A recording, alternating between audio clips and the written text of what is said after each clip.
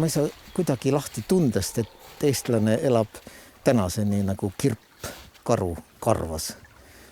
Tuhandeid aastaid on ju see maalapp, mida me praegu Eestiks nimetame, olnud kaetud metsa ja võsadega. Ja suletud maastikud on meie tüüpilised maastikud. Kui nii kaua on elatud siin metsasel maal, siis on ju endast mõistetav, et selle rahva keel, maailma pilt, meel on metsast läbi imbunud. Meie pärimused, meie kõnekäänud, meie sõnad, meie väljendid, kõik need on kuidagiviisi metsaga läbi põimunud ja kokku kasvanud. Ja tegelikult on ka veel niimoodi, et ega me ise ikka kuigi hästi aru ei saa, kus me oleme. Me lihtsalt oleme ja elame ja peame seda loomulikuks.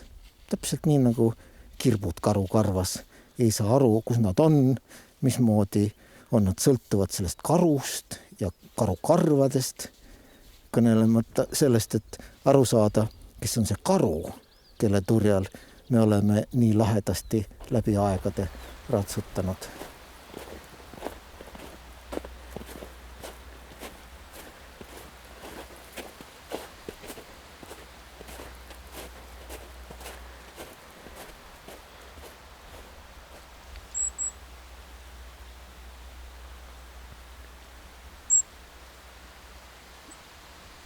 Siinse maa inimesele on alati olnud endast mõistetav, et mets ja puud on kusagil lähedal, käe ulatuses. Metsaga on alati olnud kokkupuudet, on olnud asja. Aga praegu on nii, et iga päev asja pole, aga no kisub metsa poole. Ja siis ongi nii, et kui metsa asja pole, siis teed metsa asja.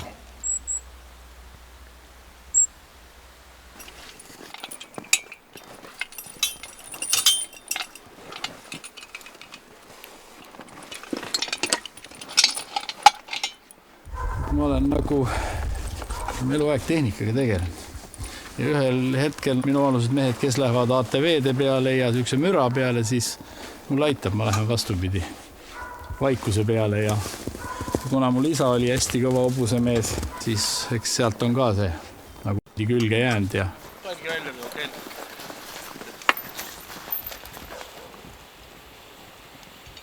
metsa veame, heina teeme.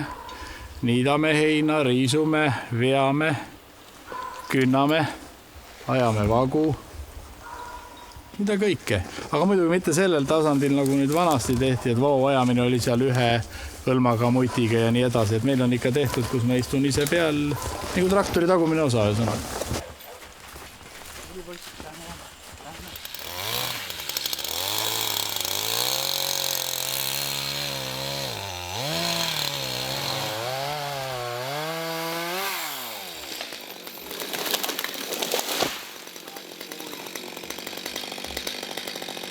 Oi, kui tubli poiss. See oli puu või? Masinaga on see asi tuim, aga siin on ju kellega suhelda. Rääkida, teda õpetada, mida sa tahad, panna käituma nii, nagu sulle vaja. Ja minu jaoks on see endal on väga niisugune hingele, väga hea suur saavutus, kui tõesti nii suur loom teebki seda, mida ma tahan. Kui ma olen suutnud talle selgeks teha.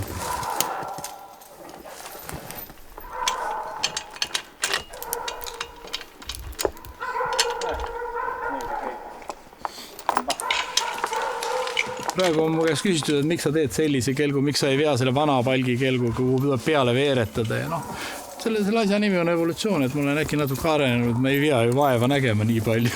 Ja teine asi on, miks tehti vanasti puidust asjad ja see on ju kättesaadav materjal. Ja kui tehased tegid puidust asju, juba siin vedruvankrid asjad, ta pidigi tegema, sest et külasepp pidi saama seda ju remontida.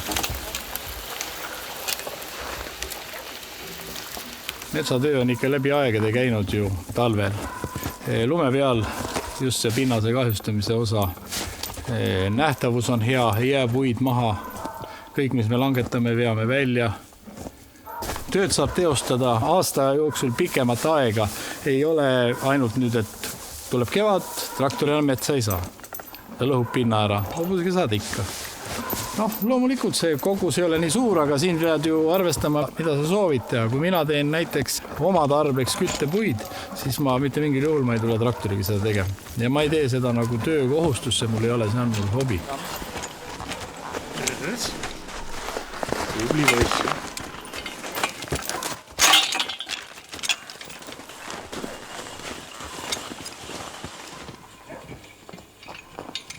Õhtul on ikkagi väga meeldiv tunne võtta seal väike söök ette ja juua tass teed ja mõelda, kui ilus päev oli.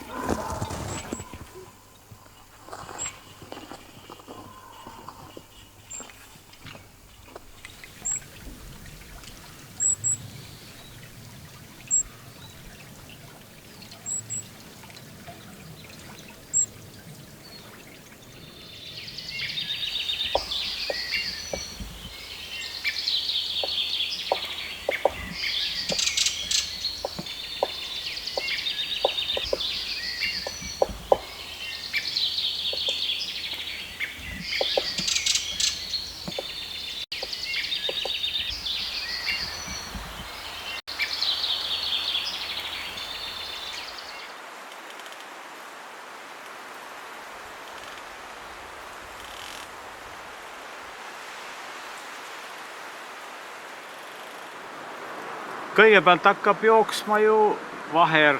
Vahtramahl on ikka väga magus ja mõnus. Ja üldiselt, kui vaher lõpeb, siis hakkab kask. Ja mõnel aastal jookseb ikka 2-3 nädalat.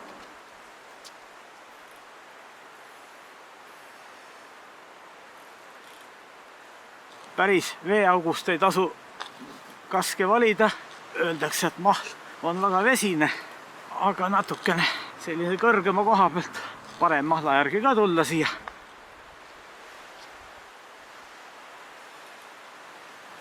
Ja puu, noh, tead, et tänu sellele tänasele mahla võtmisele jääb tema elu ikka lühemaks. Ja siis väga sellist ilusat puud ka ei taha valida.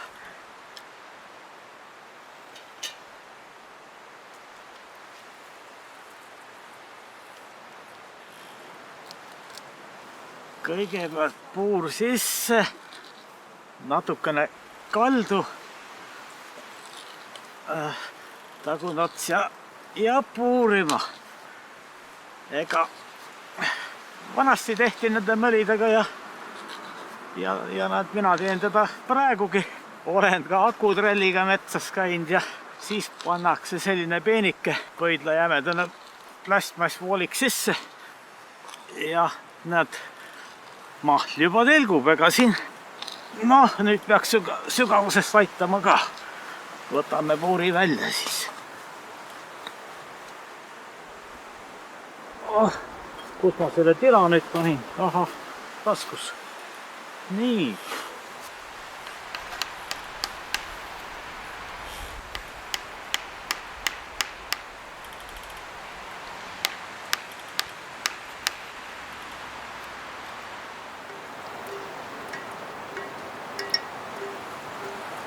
Ja seda mahla, mis siit tuleb, seda ei oska iialgi arvata, kui palju teda tuleb. Ja mina kogun teda 5-liitriste plastmasspudelite sisse ja suvel võtad sügavkülmast välja ja Coca-Cola ei ole võrreldav seal kõrval.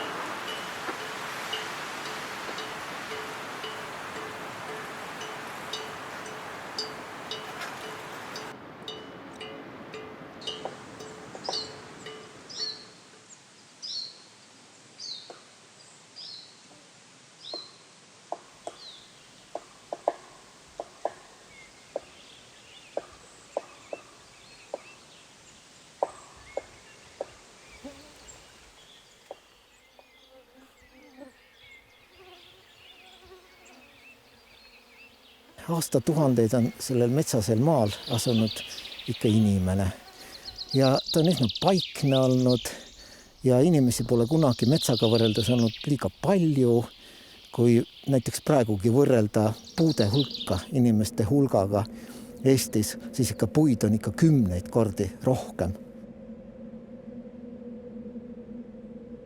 Mõnikord aegade jooksul on seda metsa vähemaks jäänud, inimene on laiendanud põllu, heina ja karjamaid.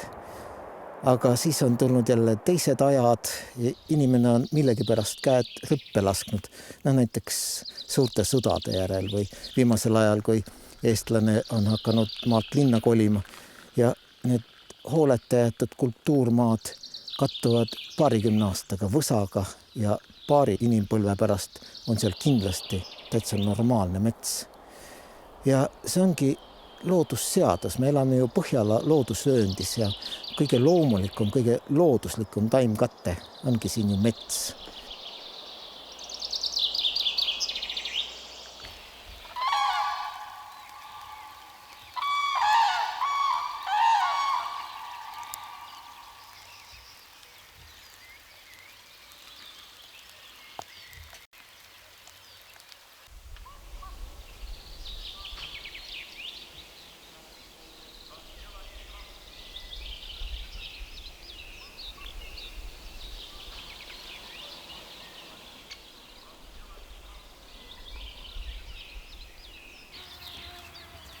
Mina alustasin metsamehe ametit aastal 79 ja alustasin Aravete kolhoosi metsaülemuna tol ajal. Iga metsakasvataja istutab kevadel kuskil 150-200 hektarit, kes natuke vähem, kes natuke rohkem. Saab alustada vahest 15. aprilli paiku, vahest aprilli lõpus ja reeglina kestab see optimaalne istutusaeg 6 aega.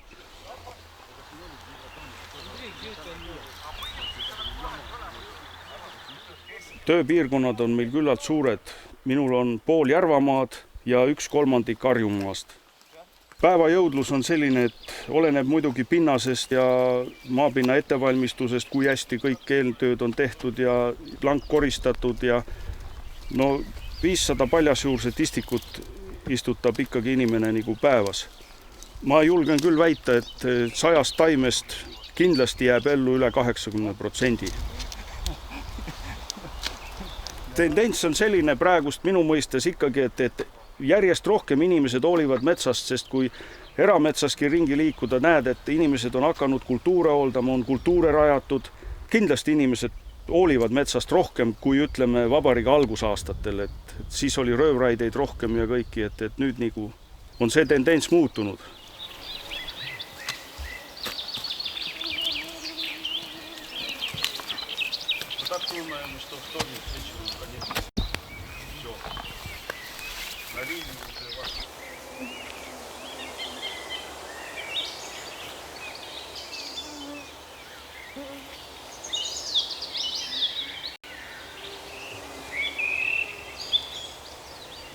Viis põlve on olnud siis meie perekonnas juba selle ameti pidajaid. Nad on olnud metsamehed, nad on teinud oma tööd südamega. Ma arvan, et see puu, mis on riigimetsa kunagi nende poolt istutatud, see on sama suure vastutustundega istutatud kui see, mida mina teen täna oma metsas. Et see, kes on ikka metsameheks õppinud ja südamega seda teeb, et seal vahet ei ole.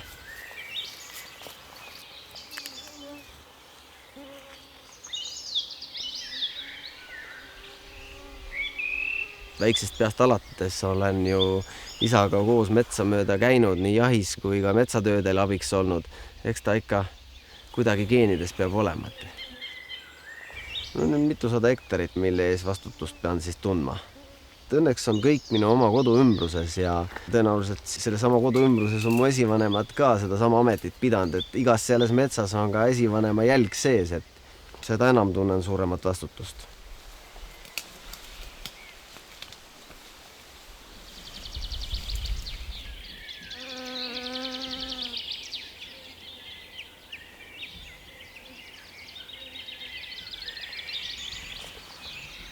Väga mitmekesine on see erametsanduse valdkond, et põhimõtteid on erinevaid ja majandamisviise on erinevaid, aga suures plaanis õnneks me ikkagi asume sellises metsavööndis, et kui sa ikka seda taime siia tagasi ei pane, et Eestis tegelikult metsata ei jää ükski lapp, et selle kuusa asemel tuleb siis siia kask või haab, et küsimus, kas see on väga palju halvem puuliik tänases turusituatsioonis.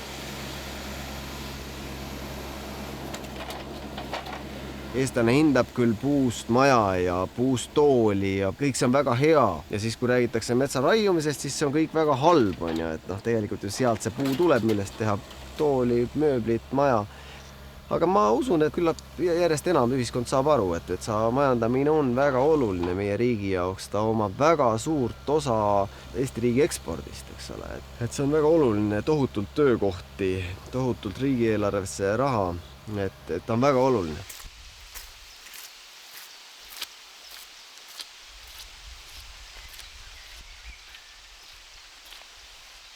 Metsaomaniku ameti juures nagu kõige mõnusam asi ongi see, et ma ei pea tegema 364 päeva aastas ühte ja sama tööd, et kevadel ühed tööd, talvel teised tööd, sügisel kolmandad tööd. Aga ikkagi rohkem nagu naudid seda, et kui mingid otsused on nagu õiged olnud, et kuhu mida istutada, kuidas hooldada metsa, kuidas raiuda kõige õigemini metsa, et see visuaalne pilt oleks kena, et rahakotil oleks kõige parem, et kõik neid häid otsuseid, et kus on hästi läinud, siis neid naudidki.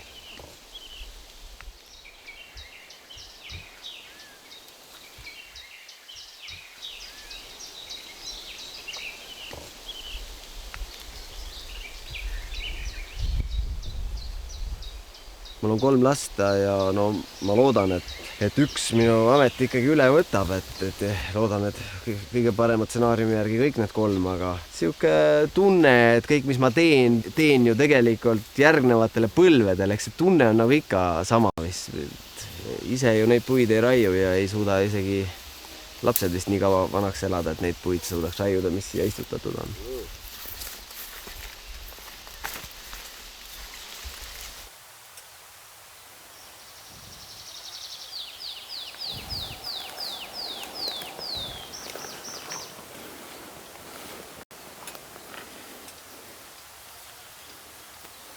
Meie pärimustes on üle Eesti hästi palju õpetusi selle kohta, kuidas võtta metsast tarbepuid. Et metsas liiguti silmad lahti ja peeti meeles puid, millest võib midagi saada, sest 100 aastat tagasi oli Eestis puuajastu. See tähendas seda, et puu oli kõige tähtsam tarbemateriaal ja sellest saadi kõike, alates majapidamisriistadest ja lõpetades vankrite ja paatide ja mööbli ja hoonetega. Ja külamees tundis hästi puid ja tundis hästi puutööd. Öeldi niimoodi, et tited ja puust riistad peab iga mees oma perele ise valmis meisterdama. Ja metsas liikudes peeti siis neid puid meeles, mida oli märgatud, aga ega ei võetud kohe, sest võtmiseks peab olema õige aeg ja selle kohta, milline õige aeg on tarbepuu võtmiseks, selle kohta on meeletud reegleid.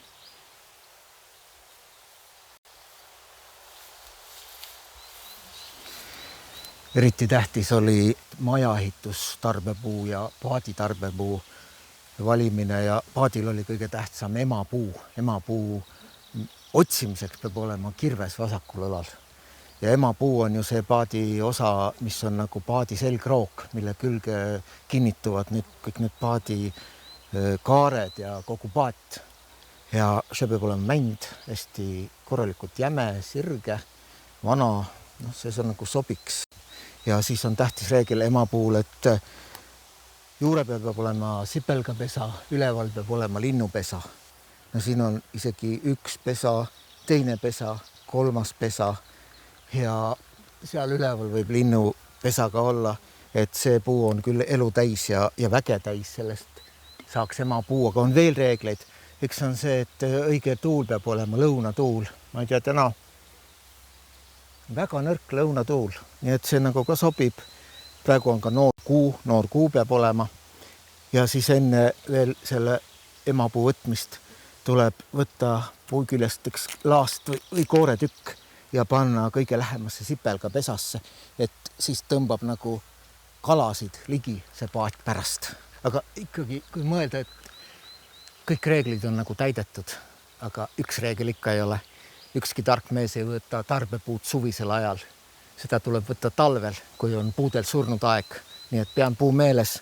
Tulen võib-olla mitu korda veel siia tagasi, aga ükskord talvel, kui kõik reeglid klapivad, siis võtan emapuu ja siis kestab paat kaua ja tal on hea saatus.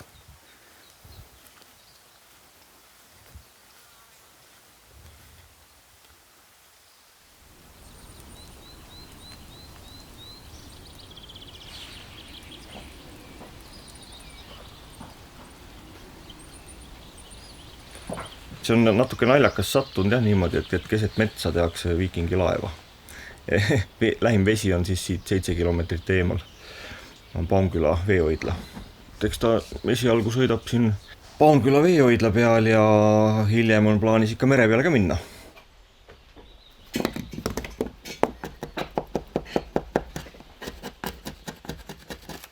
Suurema osa oma elust olen olnud IT-mees nii-öelda. Et see on nagu IT-tööle siuke hea vaheldus. Et oma käega midagi teha, et rohkem IT-tööl on rohkem see peaga tegemine.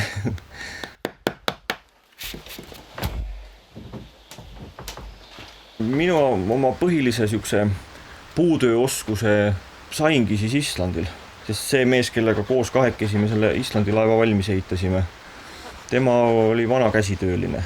Selline väga kogenud käsitööline ehitaja ja valdas kõiki neid tööriistu väga vabalt ja eks ma õppisin temalt hästi palju kiiresti juurde, mida ma varem võib-olla ei osanudki.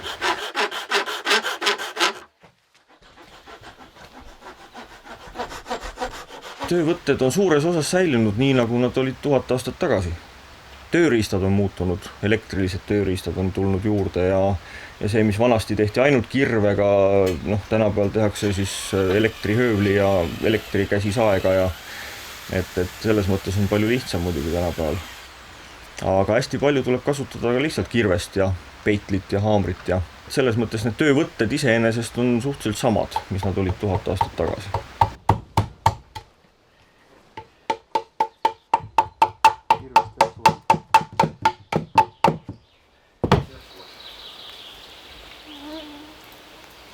See materjal, millest see laev on ehitatud, on kõik siit suhteliselt ligidalt. Kelle käest osteti tamme ja kelle käest osteti mändi ja siin samas ligidal saeveskis on ta siis laudadeks lastud, sest et ega sellist lauda, sellise laiusega lauda nagu viikingilaeva ehitamiseks tarvis on poes ei müüda.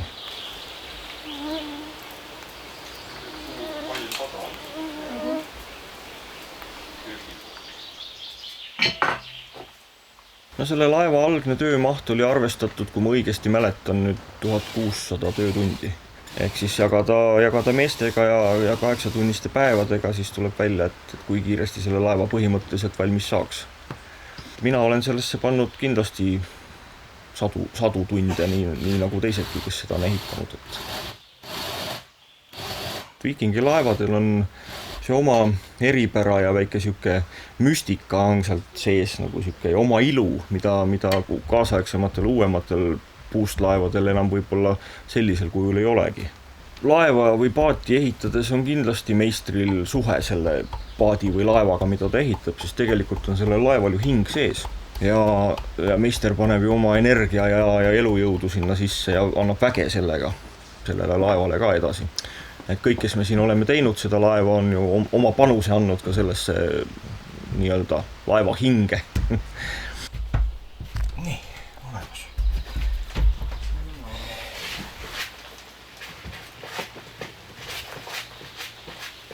Teoreetiliselt on täitsa võimalik, et see laev mõnesaja aasta pärast kuskil veel olemas on, aga kas ta nüüd kui korrast on, see sõltub, kui hästi teda hooldada. Et kui iga aasta ikka enne vette laskmist kevadel korralikult puhtaks teha ja üle tõrvata ja õlitada ja et siis ta kestab kaua.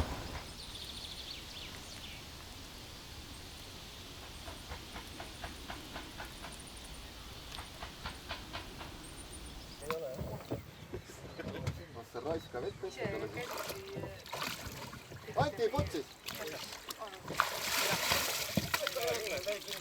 Kõik on perses, võtta ei tule sisse.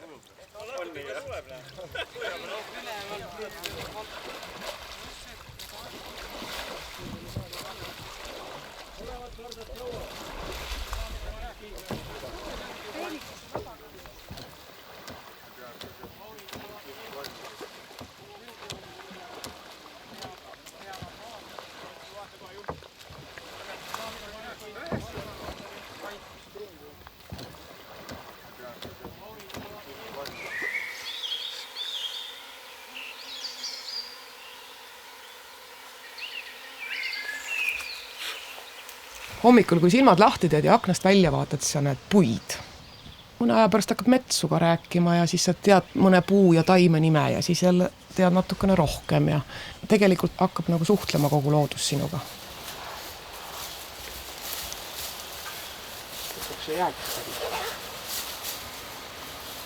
Targad mehed räägivad, et enne jaani peaks need oksad ikka koju tooma ja vihad valmis tegema, et peale jaani hakkavad võrsed natukene puituma ja läheb see vihamaterjal natukene kõvaks, et pehme vihaga ikka toredam vihelda.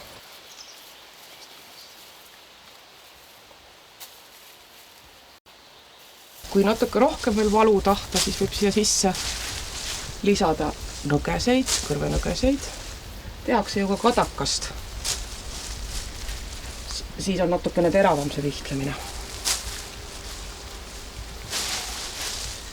Ma olen pannud ka sisse erinevaid rohttaimi, et annaks nagu aroomi rohkem juurde. Võib-olla annab tervist ka rohkem juurde, angervaksa või mingit siukest toredat taime.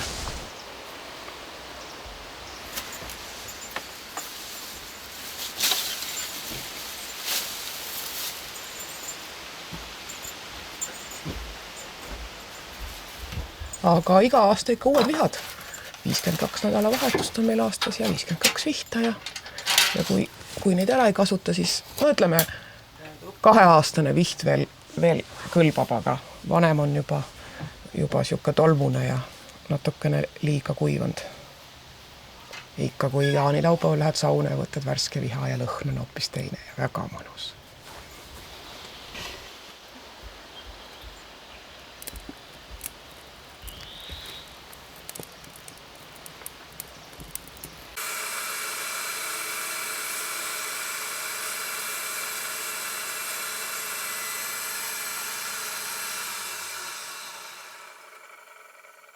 Päris puutööd ma õppisin seal muusikaristade töökojas, seal olid meistrid ja kuidas seal ja nägid, kuidas tehti ja õpetasid ka ja niisugust päris peenemat disleritööd.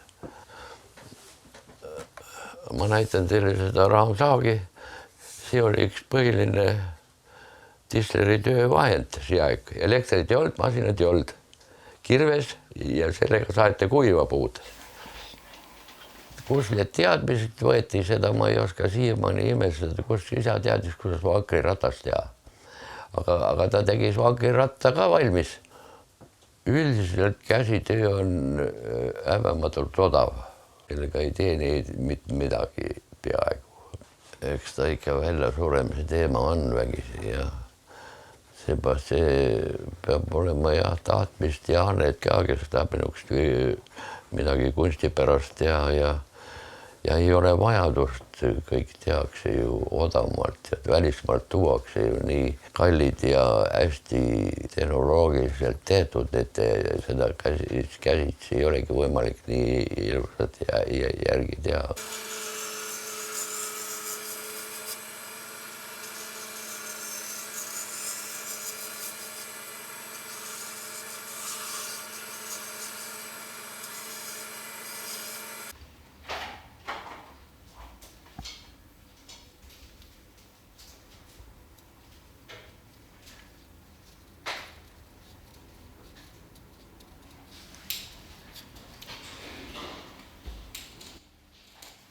Ma juba väiksest peale olin selline omaette nokitseja, kui teised lapsed kuskil mängisid ja hullasid ringi, siis mina nokitsesin kas klotsidega või panin puslet kokku. Ma õppisin Tartu kõrgemas kunstikoolis mööblidisaini ja restaureerimist. Nende õpingute ajal kuskil nägin, et olid puidust prillid. Sellest siis läks nagu mõte tööle ja kuna ma igapäevaselt puidutöökojas olin ja need võimalused olid käejala juures, siis tahtsin kohe hakata katsetama.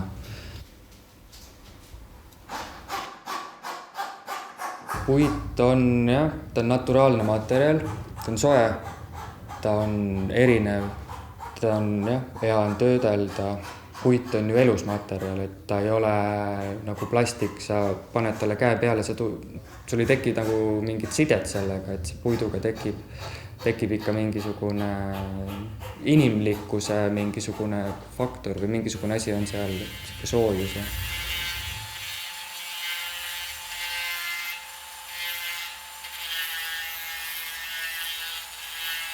minu asi on nagu eriline sellepärast, et ma olen justkui nagu prilliratsep.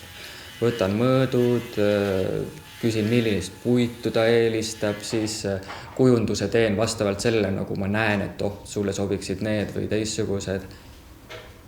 Tulevikuplaanid on nüüd nii, et ikkagi tahaks endale lisajõude võtta appi ja tahaks väikse sellise seerialiini ka nagu lisaks sellele eritellimusele nagu käima panna.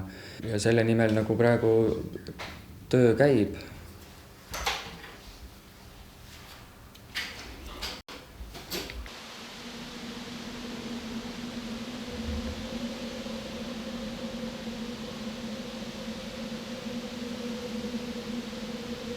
Metsal on veel üks eriline kasutamise viis meie päevil. Kõlab kummaliselt, aga see kasutusviis on selline, et metsa mitte mingil kombel ei kasutata. No teiste sõnadega see on siis see, et osa Eesti metsadest on võetud range kaitse alla. Need on enamasti vanad, põlised metsad, kus on hästi palju haruldasi seene, taime ja loomaliike, kes mujal ei saagi elada kui puutumatus metsas. Ja selliseid haruldasi ja elurikkaid metsi on meil praegu tervelt 10% kõikidest metsadest. Ja kui panna see Euroopa taustale, siis täitsa uhke. Põlismetsade osakaalu poolest oleme me üks Euroopa kõige rikkamaid.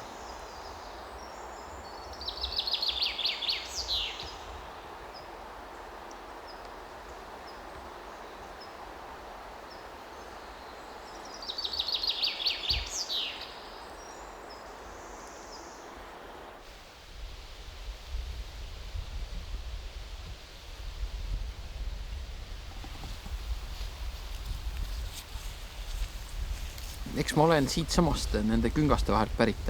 Tegelikult ju meie suguvõsa juuret ei ole väga kaugelt siit, mõnisada meetrit ainult sellest nõiariigist.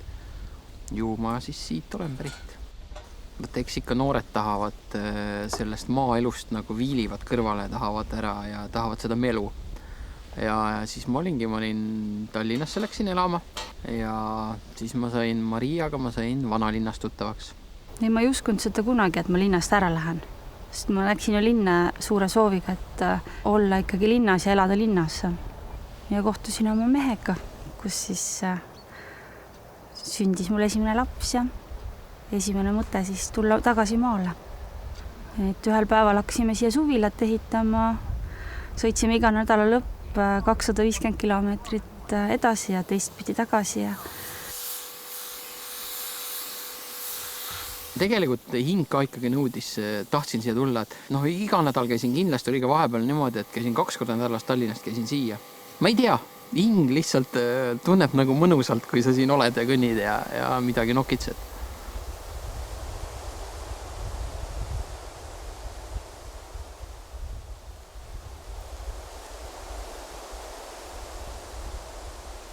Et see Jürg Org andiski sellele kohale sellise võlu ja selle koha siis nime. Paljud inimesed ütlevad, et nad polegi käinud sellises nii metsa sees kohas ja kuidas te siin hakkama saate ja mis te siin talvel teete, et tahaks näha seda talvist olukorda ka, et siis tullakse palju ka talvel tagasi.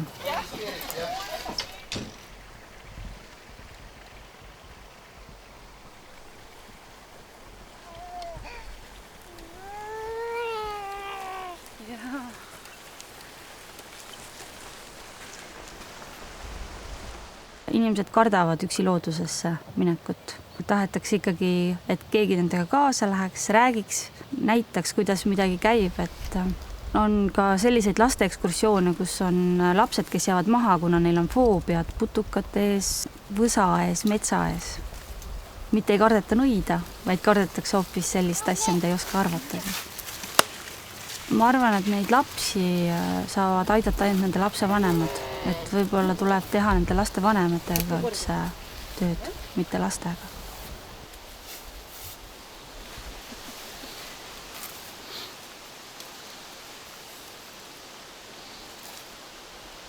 Ega see puu tundmine on juba siuke, et see on nii raske, et männil ja kuusel ei tehta näiteks vahet kõige lihtsam on ja noh, lehtpuudest rääkimata, et noh, eks seda õpetatakse, aga kui praktika puudub, siis ikkagi ma arvan, et see ei ole see. Rohkem peaks lapsed olema väljas looduses, et saaks oma käega katsuda, mis puu on mis ja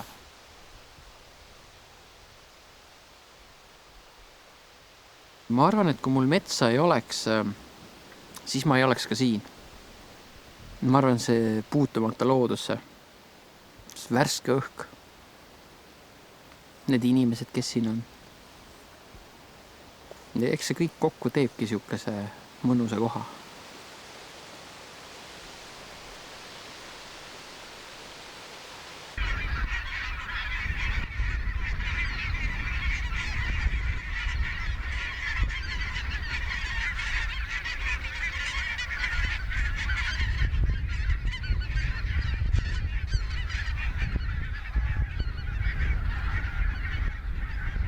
Kui mõelda nüüd sellele tänasele eestlase metsasuhtele, siis ei saa ikka üle ega ümber sellest tõsiasjast, et enamik inimesi elavad ju praegu linnades.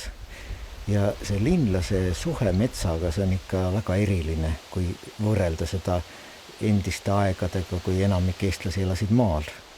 Mets on nüüd nagu puhkamise paik, et tööd tehakse linnas, aga metsa minnakse siis, kui töö on tehtud. Ja paratamatult on siis metsal küljes nagu selline pühapäeva värving. Metsas saab laste või pere või sõpradega jalutada, teha tervisejooksu, korraldada pikniku, pildistada linde, loomi, mida iganes. Polegi oluline, mis sa seal metsas täpselt teed, aga igal juhul see on üks lahe paik ja seal ei ole kohustusi ja seal sa oled vaba.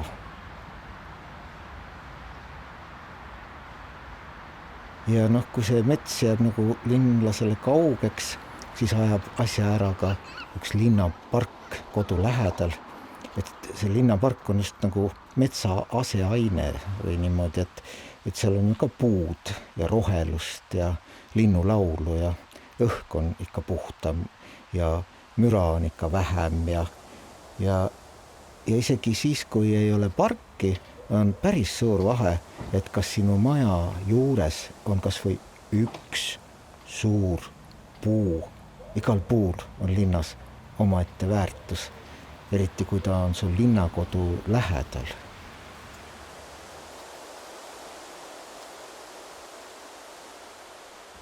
Puumajad ja elavad puud linnas, need loovad tegelikult linnas niisugust mõnusat tasakaalu. Et see ei ole mitte ainult see, et vaadates on nagu parem tunne ja tänavad ja majade ümbrus mõjuvad elavamana.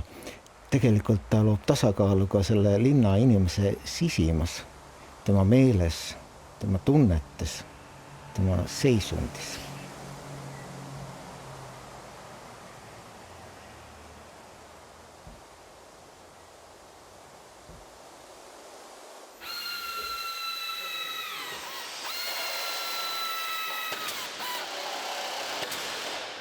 Mul mõlemad vanaisad on ehitusega kokku puutunud, eks ta sealt on nii-öelda loomulikult kujunenud, et isa selle põlvest põlve edasi antud tarkuse ja koolitarkusega nii selle firma nii-öelda asutas. Sealt on see asi edasi arenenud, eks mul on samamoodi ta jäänud lapsepõlvest peale nagu külge, et nüüdseks ma usun, et on see valik nii-öelda tehtud, et puidu ja ehituse peale kindlasti jään. Tänapäevane palkmaja on modernne, kindlasti ta jälgib kliendi nagu soove, et see ekslik arvamus, et palkmaa on tare tareke, kus on väiksed aknad, madalad laed, kitsad nagu ruumid, et see on kindlasti nagu ajalugu, et tänapäeva projekteerimis- ja tootmistehnoloogia võimaldab teha väga avaraid ja valguskülaseid nagu palkmaju. Ja tänapäeval enam ei valmistata nii-öelda suurtes kogustes puitmaju päris käsitsi, et tänapäeval on täisautomaatsed tööstuspingid, mis siis saavad nii-öelda projekteerijatelt elektroonse projekti ja selle järgi nagu kogu tootmine nagu käib.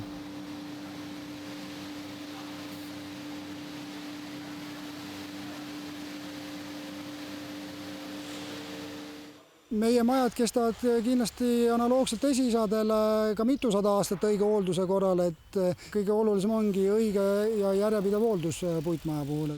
Puitmajal on kindlasti tulevikku ja usume, et puitmaja hakkab järjest rohkem turgu kivimajadelt ära võtma.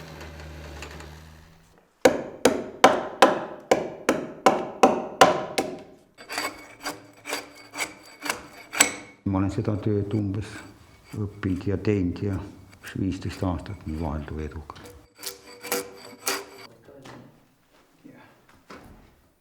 Kohe päevapealt ikka seda tööd tegema ei hakka, eks ta on nagu joonistamine. Kunstnik hakkab ka mingisugust pilti joonistama, ega tal ka vist hästi välja ei tule algul. Peab ikka natukene õppima seda asja ja aega nõuda. Eks ta siis ikka hakka tulema ka aega pidi. Eks neid Eestis juba ole ka üks jagu neid juba tekkinud, mõni sada võib-olla on juba neid Eestiski, kes oskavad seda teha. Kui sul on liiga vahel? Ei palju. Kui sul on?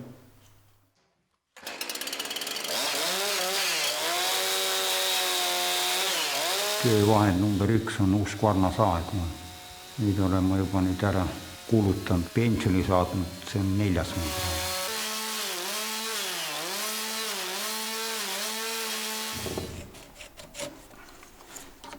Ja siis muidugi pisemad sirklid ja loodid ja need küll peale kauga.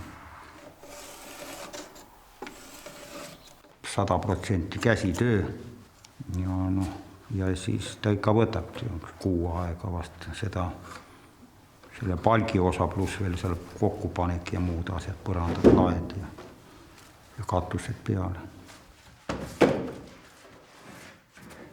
Ühele sellisele pisikesele nagu see läheb umbes circa ligi 10 tihu palki. Ja kui selline suitsusaun mingisugune maa kohas, nii sinna läheb üks 15 tihu. Ja kui maja veel ehitada nii enam-vähem sellise, sinna läheb midagi 50 tihu vast palki või 60. Et on ikkagi küllaltki töömahukas siin.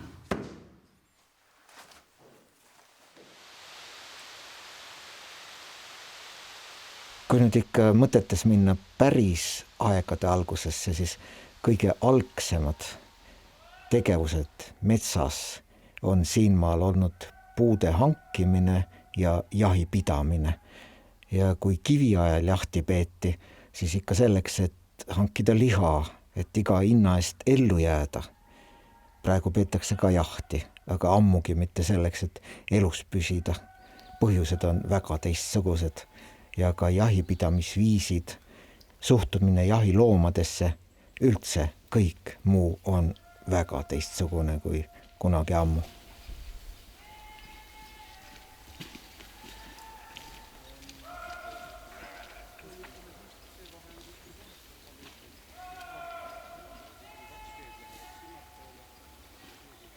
Minu isa ehk minu vanaisa oli jahimees. Minu isa on jahimees ja minu poeg on jahimees. Jahimeheks saamise lugu algab ikkagi kuskilt varasest noorusest. Esimesed jahilkäigud olid ikkagi isaga koos, väikse poisina kaasas. Ma arvan, et see oli mingi jänesejaht ja tõenäoliselt siis sealt see pisik isaga kaasas olles kuni selle hetkeni, kus seaduse järgi võis endale jahimehe paberit teha ja esimese relva hankida.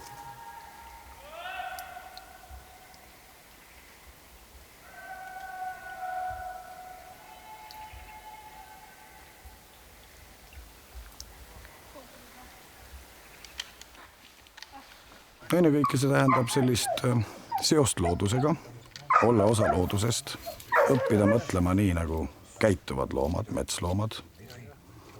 Sest jahimehena ikkagi looma näed ja võimalus teda küttida on siis, kui sa suudad mõelda nii, nagu loom liigub ja nii, nagu loom mõtleb, mitte nii, nagu inimene mõtleb.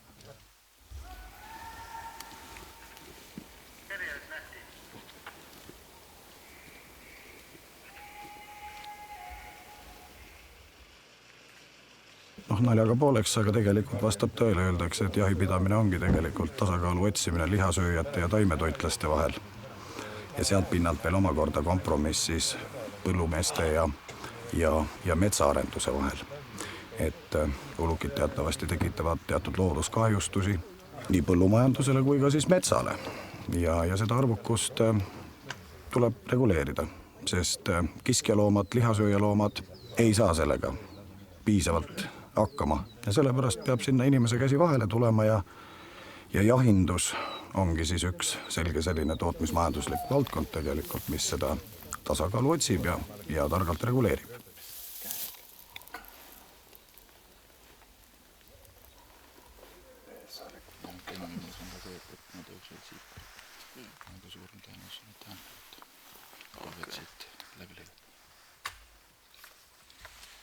Ja mina olen olnud jahimees 30 ja natuke rohkem, ütleme 32-3 aastat. Ja selle ajaga on väga palju muutunud.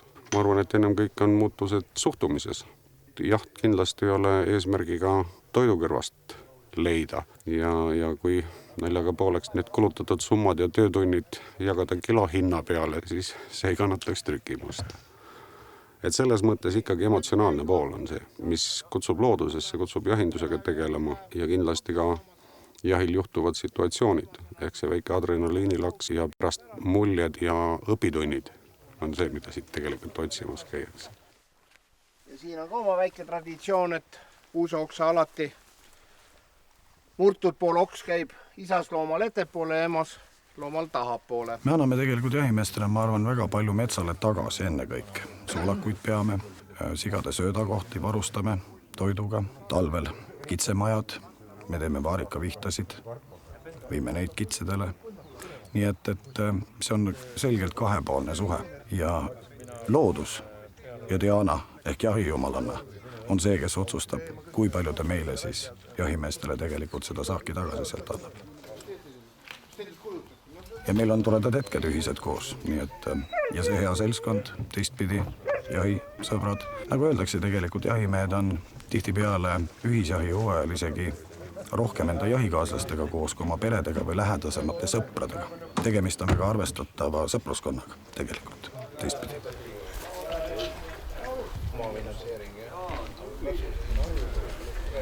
Nii palju need on. Meil on rahva nii lähedal.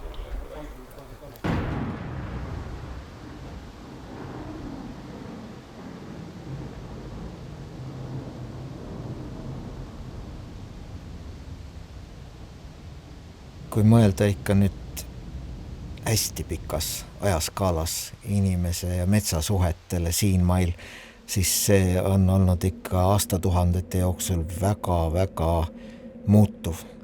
Kunagi olime päriselt metsarahvas.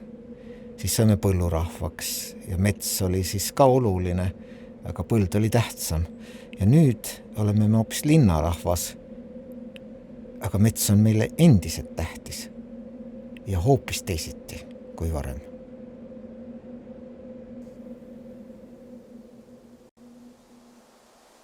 Öeldakse, et metsale pole inimest tarvis, aga inimene ilma metsata ei saa kuidagi hakkama. See on minu meelest tõsi. Siin maal on küll kuidagi niimoodi läinud, et metsa on alati tarvis läinud, teda on usinasti kasutatud ja ometi on Eestimaal praegu metsa õige palju alles.